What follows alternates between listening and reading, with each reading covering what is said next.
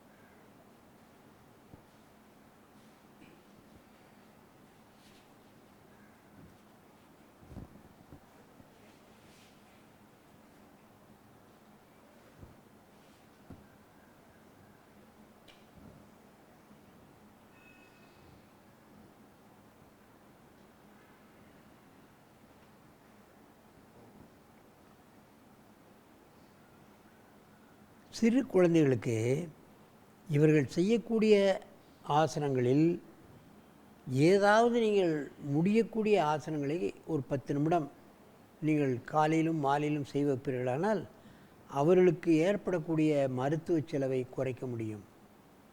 அடிக்கடி காய்ச்சல் ஏற்படுவது, இருமல் ஏற்படுவது, வயிற்று வலி ஏற்படுவது, இன்ன பிற சின்ன சின்ன பிரச்சனைகள், இருமல், இவைகளெல்லாம் அவர்களுக்கு ஏற்படாது. காலையிலும் மாலையிலும் ஒரு 10 நிமிடம் நீங்கள் பக்கத்திலே இருந்து செய்ய வைக்க வேண்டும்.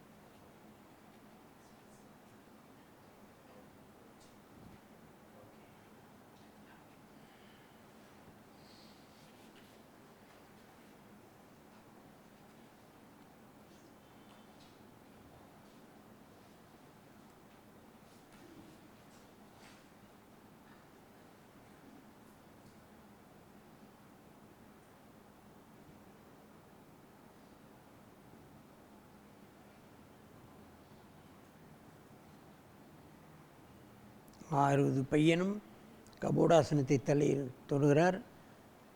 35 வயது அடைந்தவரும் அதை தலையிலே தொடக்கூடிய ஒரு ஃப்ளெக்சிபிலிட்டி.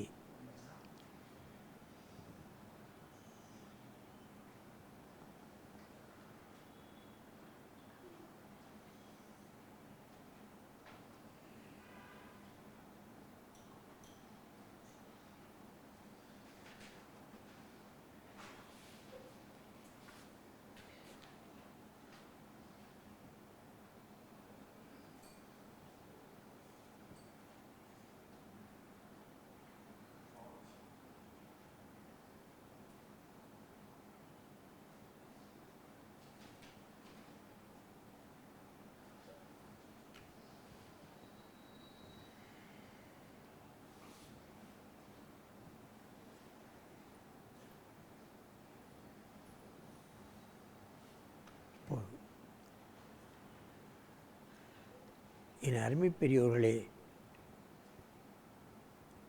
எப்பொழுதுமே வீட்டிலே தாய் தந்தையர்கள் ஏதாவது ஒன்று செய்தால் அவர்களும் பிள்ளைகளும் செய்ய ஆரம்பித்து விடுவார்கள்.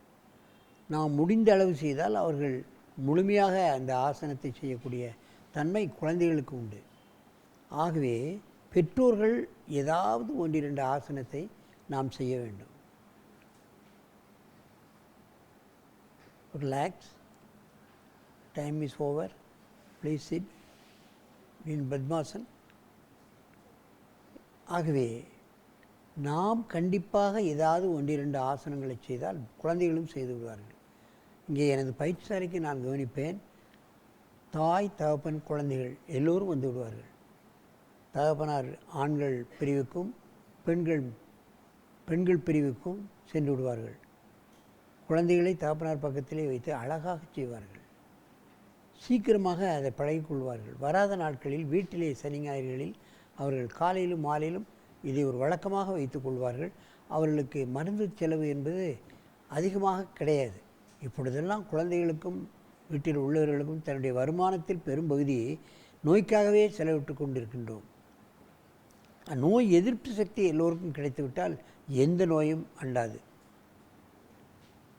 ஆகவே இது போன்ற ஆசனங்களை, முடிந்த ஆசனங்களை நீங்கள் குடும்பத்துடன், நீங்கள் குழந்தைகளையும் பெரியோர்களையும் எல்லோரையும் செய்ய வைத்து உங்கள் குடும்பத்தை ஒரு ஆரோக்கிய குடும்பமாக, மற்றவர்களுக்கு உதாரண புருஷமாக நீங்கள் இருந்து ஆரோக்கியமாக வாழ வேண்டும் என்று கேட்டு உங்களிடமிருந்து விடைபெறுவது ஆசனம் ஆண்டியப்பன். வணக்கம்.